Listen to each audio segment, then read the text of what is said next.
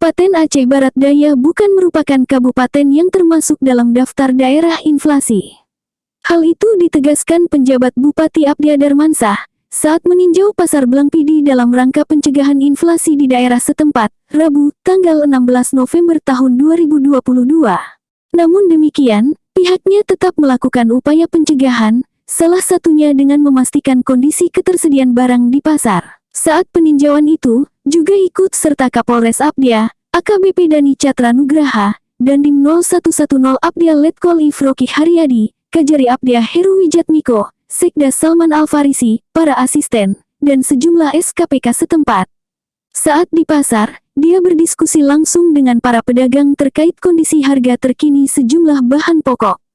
Dia juga meninjau sejumlah distributor kebutuhan bahan pokok dalam rangka memastikan ketersediaan pasokan barang, terutama kebutuhan dasar. Tidak hanya dengan pedagang, PJ Bupati Darmansah juga menyapa masyarakat yang sedang berbelanja terkait kondisi harga khususnya kebutuhan dasar rumah tangga. Pihaknya melakukan pengecekan harga bahan pokok seperti beras, minyak goreng, telur, cabai, bawang merah, dan bawang putih serta harga sejumlah barang lainnya.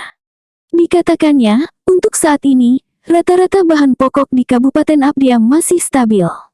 Dan dia berharap kondisi stabilnya harga terus berlanjut dan Abdiya jauh dari inflasi.